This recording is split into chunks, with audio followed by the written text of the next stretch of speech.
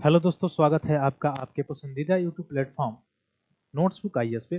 दोस्तों, हम लोग बात करेंगे यूपीआई के बारे में, यूनिफाइड पेमेंट इंटरफेस के बारे में।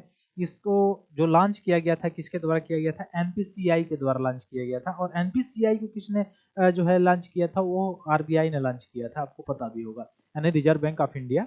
रिजर्व बैंक ऑफ इंडिया के द्वारा एनपीसीआई लॉन्च किया गया था 2016 वगैरह के आसपास में, ठीक।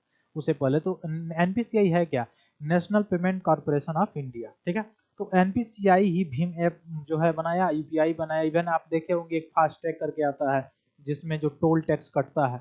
अच्छा, टोल टैक्स से थोड़ा सा एक लिंक और मैं जोड़ देता हूँ। इनबिट्स जो होता है उसमें जैसे स्टॉक में इन्वेस्ट किया जाता है अवसंरचना में निवेश करने के लिए, वहाँ के उनके लाभार्थी जो होते हैं, जो लाभांश उनको मिलता है, उन लाभांश पे ही उन पे टैक्स देना पड़ता है। लाभांश पे इस पे टैक्स लगता है इनबिट में जो लोग निवेश करते हैं। और वो निवेश जो करते हैं वो लोग उसी के ब्याज से, जो टोल टैक्स है उसमें जो पैसा, जैसे सड़क बना दिए, अब सड़क बना दिए तो उस पर जो ब्याज आता है उससे उनको पैसा मिलता है, ठीक है।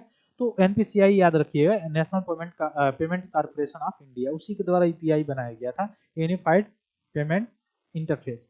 तो यूपीआई के द्वारा भीम ऐप भी जो बनाया गया था, जिसमें आप डिजिटल लेन देन करते हैं पैसे का, ठीक है।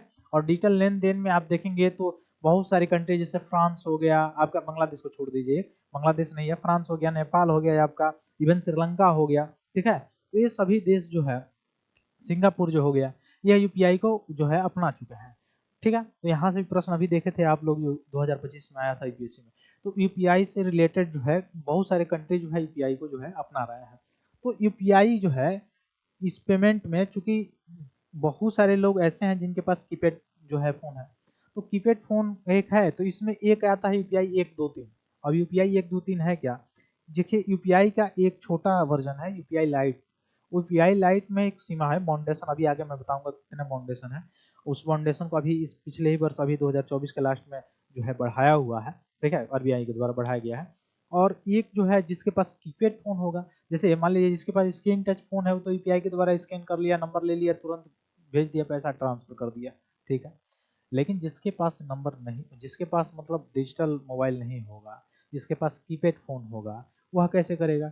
तो उसके लिए आया यूपीआई 123 पे। और यूपीआई 123 पे में क्या होता है, हैशटैग 99 डाल के, और तब नंबर डाल दिया जाता है, जिस पे भेजना होता है उतना मनी डाल दिया जाता है, फिर उस पर पैसा ट्रांसफर हो जाता है, पहुंच जाता है, ठीक है। इस तरह से किया जाता है। तो वही है, क्या है, यूपीआई पेमेंट में के बारे में हम लोग पूरा देखेंगे कैसे पेमेंट होता है, ठीक है। तो बिना इंटरनेट के भी यूपीआई भुगतान कर सकते हैं, वही मैं बता रहा था, बिना इंटरनेट के, हालांकि अभी बहुत पहले से ही चल रहा है।